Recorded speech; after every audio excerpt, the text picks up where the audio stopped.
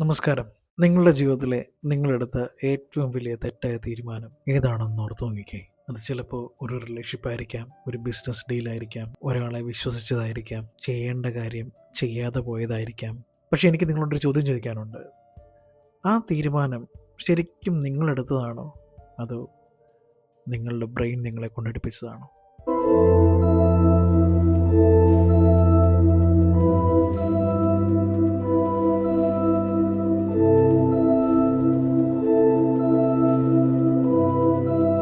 നമ്മൾ ഇത്രയും കാലം വിചാരിച്ചു വെച്ചത് നമ്മുടെ ബ്രെയിൻ നമ്മുടെ സൈഡായിരിക്കും നിൽക്കുന്നതെന്ന്.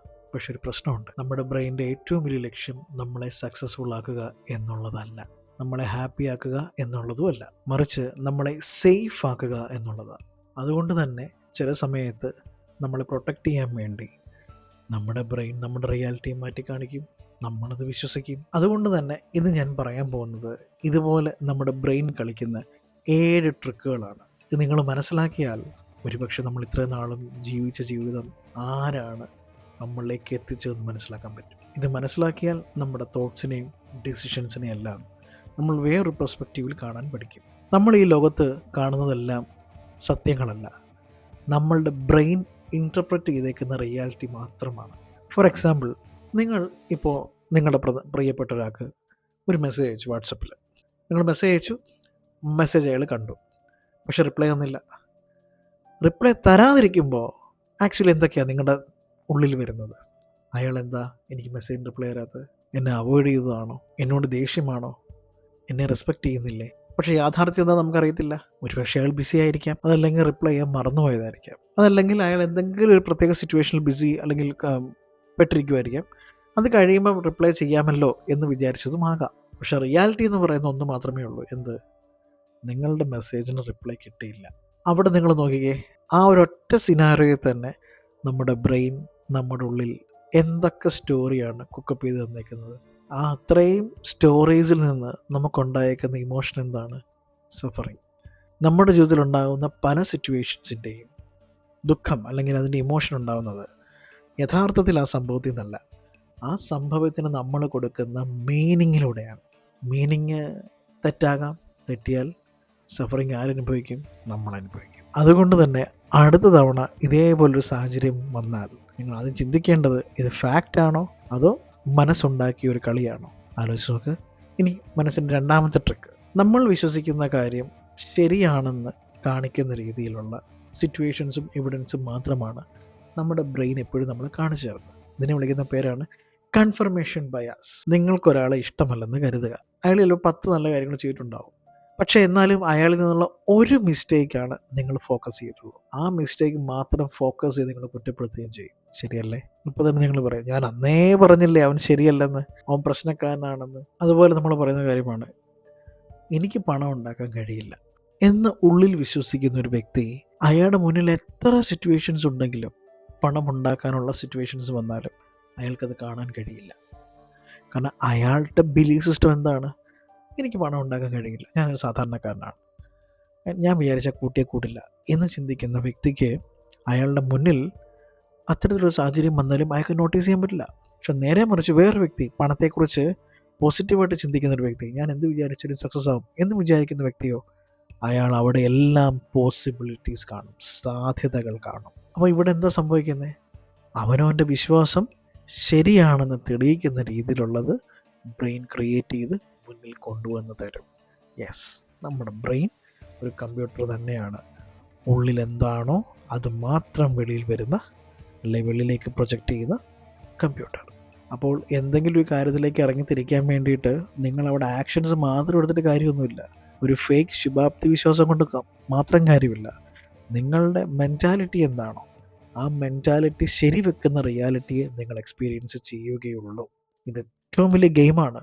ഈ ഗെയിം നമ്മൾ വിചാരിക്കുന്ന പോലെ ഈസി അല്ല. എല്ലാ ദിവസവും എന്നെക്കൊണ്ട് പറ്റില്ല എന്ന് പറയുന്ന വ്യക്തി പെട്ടെന്നൊരു മോട്ടിവേഷൻ പോലെ എവിടുന്നേലും എന്നെക്കൊണ്ട് പറ്റുമെന്ന് പറഞ്ഞാൽ ബ്രെയിൻ അവിടെ കോൺഫ്ലിക്റ്റ് ഉണ്ടാക്കും. മൂന്നാമത്തെ ബ്രെയിൻ ട്രിക്ക്, നിങ്ങളുടെ ബ്രെയിൻ നല്ല കാര്യങ്ങളെക്കാൾ മോശം കാര്യങ്ങൾക്ക് പ്രാധാന്യം നൽകും.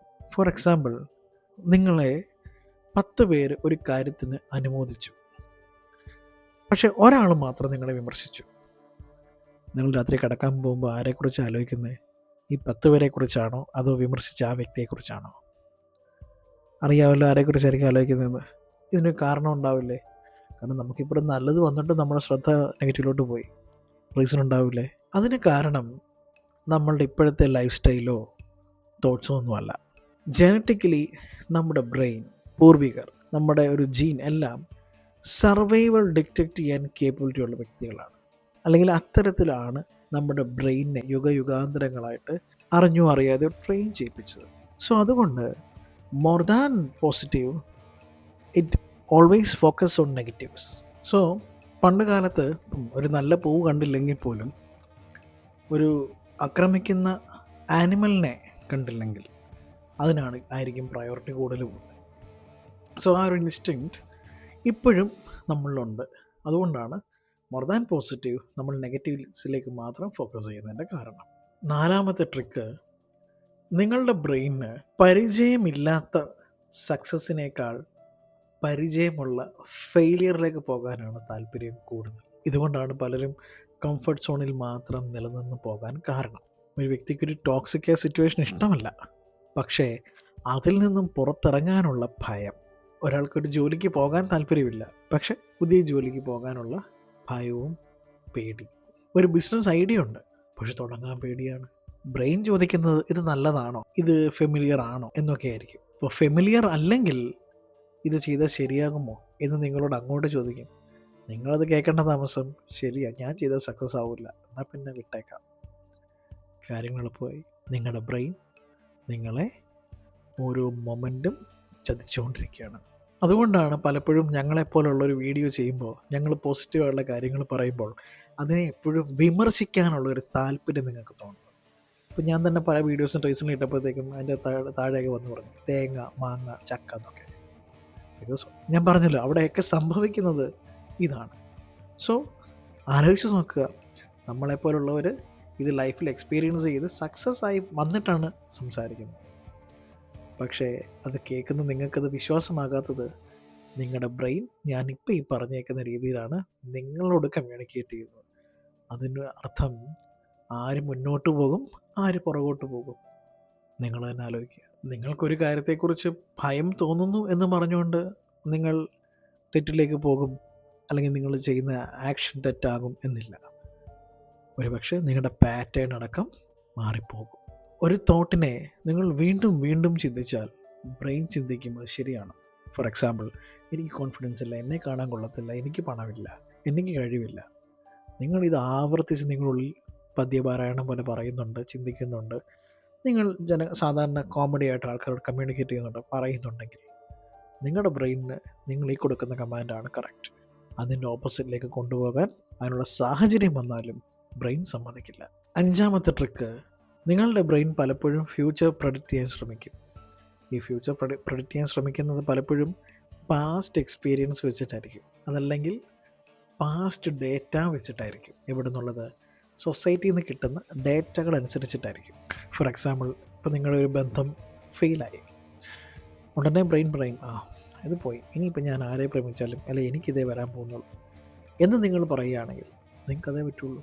എനിക്ക് സ്റ്റേജ് ഫിയർ ആണ്, എന്നെക്കൊണ്ട് നടക്കത്തില്ല എന്ന് പറഞ്ഞാൽ അങ്ങനെ തന്നെ മനസ്സിലാക്കിക്കോ. പാസ്റ്റ് എന്ന് പറയുന്നത് ഒരു റെഫറൻസ് മാത്രമാണ്.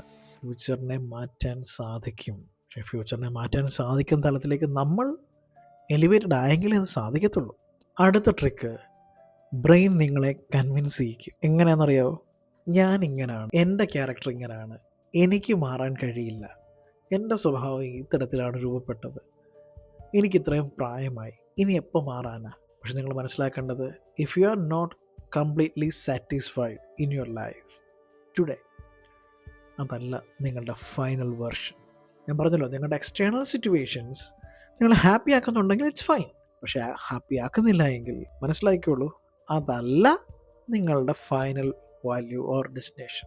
നമ്മുടെ ലൈഫിൽ മാറ്റങ്ങൾ കൊണ്ടുവരുന്നത് നമ്മുടെ ഹാബിറ്റ്സ്, നമ്മുടെ ബിലീഫ്സ്, നമ്മുടെ ആക്ഷൻസ്, ഈ 3 കാര്യങ്ങളിലും വ്യത്യാസം വരുമ്പോഴാണ്. അത് തന്നെത്താനെ മാറില്ല. ഒരു വ്യക്തി മനസ്സിലാക്കി മാറ്റിയെങ്കിൽ മാത്രമേ മാറത്തുള്ളൂ. മനസ്സിലാക്കിക്കോളൂ, നമ്മളുടെ ബ്രെയിൻ എന്ന് പറയുന്നത് ഒരു പവർഫുൾ ടൂളാണ്. പക്ഷേ ആ ടൂള് നമ്മളെ ഉപയോഗിക്കാൻ അനുവദിക്കരുത്. ഈ വീഡിയോയിൽ ഞാൻ പറഞ്ഞേക്കുന്ന പോയിൻറ്റ്സിൽ ഏതാണ് നിങ്ങൾക്ക് ഏറ്റവും കൂടുതൽ കണക്ട് ചെയ്തേക്കുന്നതെന്ന് നിങ്ങൾ താഴെ നിന്ന് കമൻറ്റ് ചെയ്യൂ. അതിൽ നിന്ന് മനസ്സിലാക്കാൻ പറ്റും എന്നേക്കാളുപരി നിങ്ങൾക്ക് നിങ്ങളെ. ഇത്തരത്തിലുള്ള നോളജസ് നിങ്ങൾക്ക് ഇനിയും വേണമെങ്കിൽ താഴെ വേണമെന്ന് പറയുക. ഞാൻ എന്നാൽ കഴിയും വിധം നിങ്ങളിലേക്ക് എല്ലാ ഡേറ്റയും തന്ന് നമുക്ക് ഒരുമിച്ച് ഒരു വലിയ ട്രാൻസ്ഫോർമേഷൻ ഇറയിലേക്ക് തന്നെ പോകാം. മറ്റൊരു വീഡിയോയിൽ കാണുന്നിടം വരെ ബൈ.